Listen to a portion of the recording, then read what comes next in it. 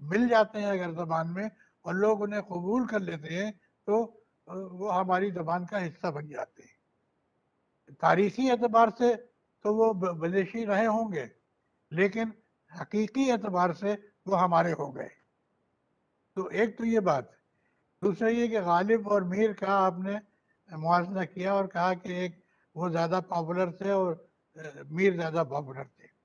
دیکھیے یہ ایسا نہیں ہے. یہ ہر زمانے میں لوگوں کا مذاق اور لوگوں کا علم بدلتا رہتا ہے اور اسی کے مطابق لوگوں کی توجہ بدلتی رہتی ہے. اور نہ صرف یہ بلکہ کتابوں کے ذریعے میڈیا کے ذریعے اور چیزوں کے ذریعے ایک جگہ سے دوسری جگہ چیزوں کو پہنچنا ہوتا ہے, رسائی ہوتی ہے.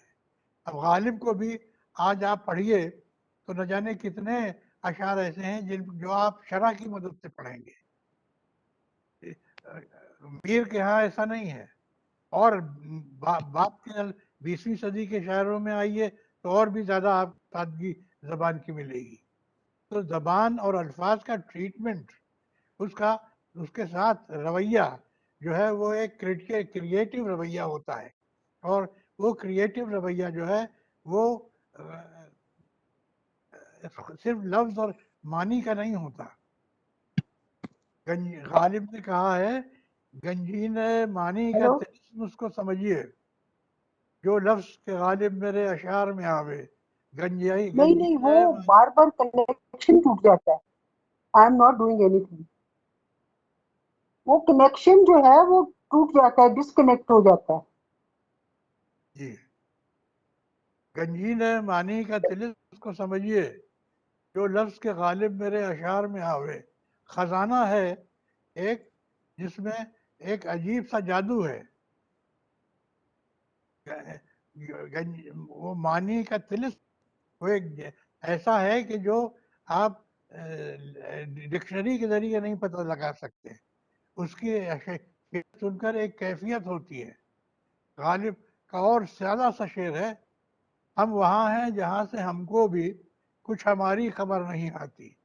اس میں کوئی لفظ ایسا نہیں ہے جو مشکل ہو جو ہماری زبان کا نہ ہو.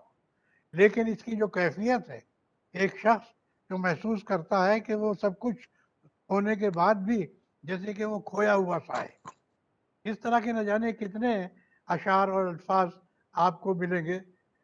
ہوئی مدت کے غالب مر گیا پر یاد آتا ہے وہ ہر ایک بات پر کہنا جو یوں ہوتا تو کیا ہوتا.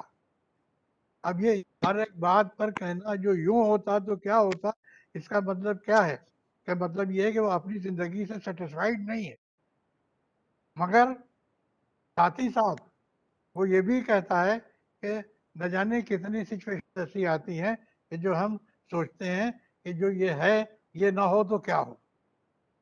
تو اس طرح سے یہ شاعروں کا اپنا جو ایک تخلیقی مزاج ہے کریٹیو جو ٹیلنٹ ہے وہ انہیں بہت کچھ نیا دینے کا کچھ نیا بنوا لیتا ہے ان سے.